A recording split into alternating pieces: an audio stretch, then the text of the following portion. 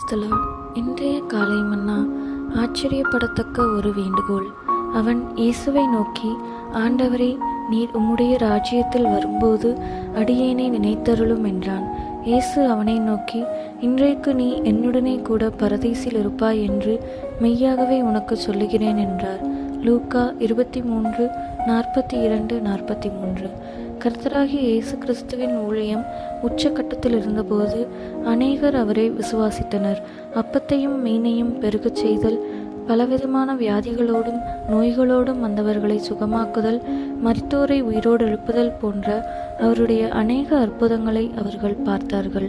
இருப்பினும் இங்கே நம் கர்த்தர் சரீரப்பிரகாரமாக மிகவும் பலவீனமானவராக, தம்மை கூட இரட்சித்து கொள்ள முடியாதவராக தோன்றிய நிலையில் ஒரு மனிதன் அவரை இரட்சகராக ஏற்றுக்கொள்கிறான். அவர் இரத்த வெள்ளத்தில் கொடிய வேதனை அனுபவித்துக் கொண்டிருக்கிறவராய், தம் சொந்த சீஷர்களாலேயே கைவிடப்பட்டவராய், ஆக்கினை தீர்ப்புக்குட்படுத்தப்பட்டவராய், ஜனங்களாலும் தலைவர்களாலும் நிந்திக்கப்பட்டு பரியாசம் பண்ணப்பட்டவராய் காணப்படுகிறார். இந்த குற்றவாளி ஒரு பிரசங்கத்தை கேட்டதினாலேயோ அல்லது ஓர் அற்புதத்தை பார்த்ததினாலேயோ மனம் திரும்பவில்லை. கர்த்தராகிய இயேசு செய்த அற்புதங்களை பார்த்த பலரும், லாசரு உயிரோடு எழுப்பப்பட்டதை கண்டவர்களும் கூட அவரை விசுவாசிக்கவில்லை. ஆனால் இங்கே மிக கடின குணமுள்ள ஒரு குற்றவாளி கிறிஸ்து மிக பலவீனமான மனிதனாக தொங்கிக் கொண்டிருந்த வேளையில் அவரில் நம்பிக்கை வைக்கிறான்.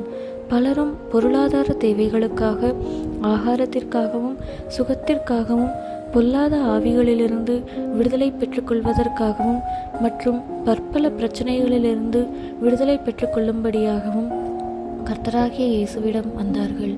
சிலுவையில் தொங்கிக் கொண்டிருந்த அந்த கள்ளனுக்கு வேறெந்த நபரையும் பார்க்கிலும் சரீரப்பிரகாரமாக பெரிய தேவைகள் இருந்திருக்கக்கூடும். கிழிக்கப்பட்டு இரத்தம் வடிந்து கொண்டிருந்த அவனது சரீரத்துக்கு நிச்சயமாகவே சுகம் தேவையாயிருந்தது. கொடும் வேதனையிலிருந்தும் உடனடியாக அவனை சந்திக்கவிருந்த நிர்பந்தமான மரணத்தினின்றும் அவனுக்கு விடுதலை தேவையாயிருந்தது. இருப்பினும் அவன் ஆண்டவராகிய இயேசுவிடம் இவையொன்றையும் கேட்கவில்லை. அவன் கேட்டதெல்லாம் ஆவிக்குரிய இரட்சிப்பு மட்டுமே. அவன் கேட்டதெல்லாம் கர்த்தராகிய இயேசு தன்னை நினைத்து கொள்ள வேண்டும் என்பதும், நியாயத்தீர்ப்பு நாளன்று தன்மேல் இரக்கமாய் இருக்க வேண்டும் என்பதுமே. ஆயினும் கர்த்தராகிய இயேசுவோ அவன் வேண்டிக் கொண்டதற்கும் நினைத்ததற்கும் அதிகமாக அவனுக்கு செய்தார். அவன் தான் முற்றிலும் அறியாதிருந்த தன் எதிர்காலத்திற்காக இரக்கத்தை கேட்டான். கர்த்தராகிய இயேசுவோ இன்றைக்கே என்ற அளவில் உடனடியான இரட்சிப்பை அவனுக்கு அருளினார். கிறிஸ்து தன்னை நினைத்து கொள்ள வேண்டும் என்று மாத்திரமே அவன் வேண்டிக் கொண்டான். ஆனால் அவரோ, இன்றைக்கு நீ என்னுடனே கூட பரதீசில் இருப்பாய் என்று அவனுக்கு பதிலளித்தார்.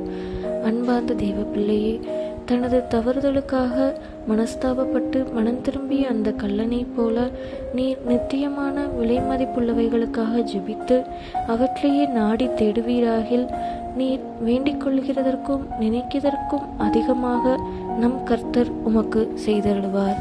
ஆமேன்.